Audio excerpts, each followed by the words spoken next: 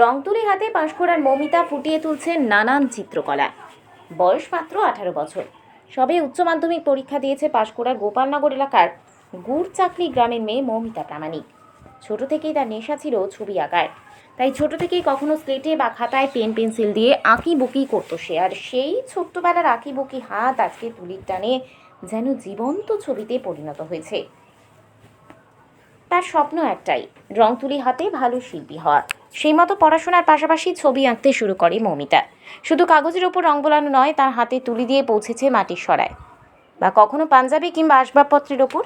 আর সেই মাটির সরায় বিভিন্ন মানুষের প্রতিচ্ছবি উঠেছে তুলি ধরা তার নিখুঁত টানের হাতে। তার আঁকা ছবিগুলির মধ্যে যেন প্রাণ রয়েছে।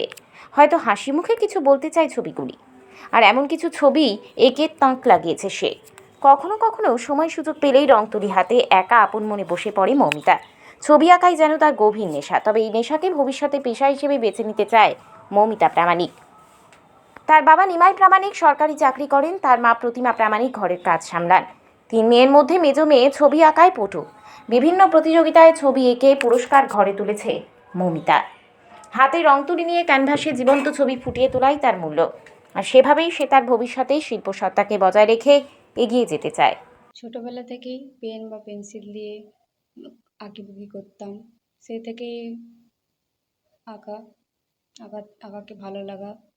সবাইকে দেখতাম আঁকতেন সবাই, তাদেরকে দেখেই আগ্রহ হওয়া এই ছবি আঁকা নিয়ে। তারপর বিভিন্ন কম্পিটিশানে যাওয়া, সেখান থেকেই আগ্রহ হওয়া বেশি বেশি করে।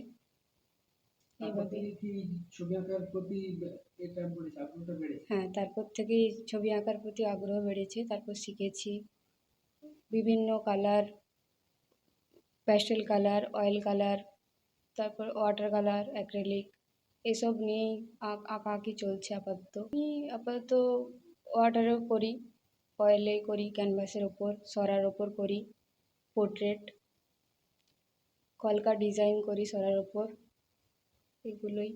বিভিন্ন ধরনের মনীষী বা বিভিন্ন মানুষের ছবি। হ্যাঁ, বিভিন্ন মনীষীর ছবিও আঁকা হয়, মানুষের ছবিও আঁকা হয়, এগুলোই।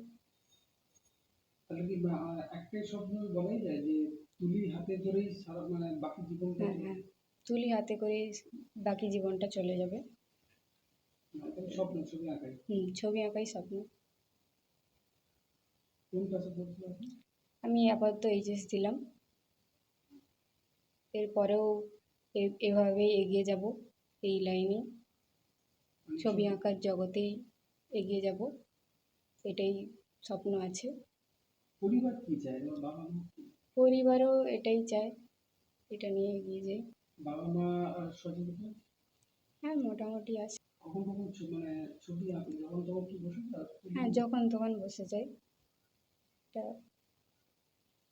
পড়াশোনার ফাঁকে কিভাবে চালাও ছবি আঁকা?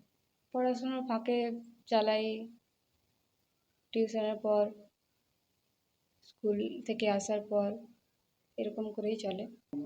আমার নাম মৌমিতা প্রামাণিক। ও ছোটোবেলা থেকে খুব সুন্দর ছবি আঁকতো, ছবি আঁকার হাতও ভালো।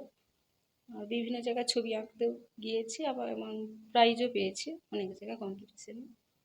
ও যাতে আরও ভালো করে আঁকে, আমাদের কোনো বাধা নেই। ও ভালো করে আঁকুক, আরও ভবিষ্যতে এগিয়ে যাক, আমাদের কোনো বাধা নেই। আমরা এটাই চাই, ও ভালো করে আঁকুক, ওর ভবিষ্যৎ ভালো হোক। কী ধরনের ছবি আঁকে? ও মাটির সরায় ছবি আঁকে, এমনি ক্যানভাসে। হ্যাঁ, বিভিন্ন জায়গায় ছবি আঁকে বিভিন্নভাবে। এই যে পড়াশোনা করে, পড়াশোনার ফাঁকে বা পড়াশোনার মাঝে ছবি আঁকে, সেই জায়গাটায় আপনারা কতটা সহযোগিতা করেন?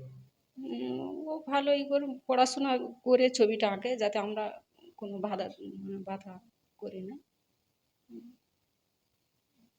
বাড়িতে কে কে থাকেন? বাড়িতেও বাবা, বোনরা, আমার 3 মেয়ে, মৌমিতা মেজো।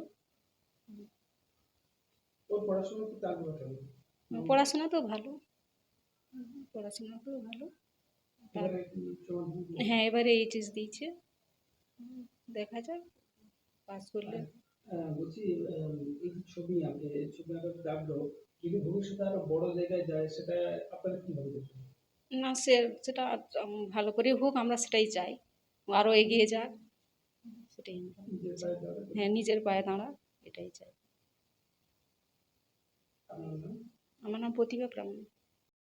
Bureau report, DN update.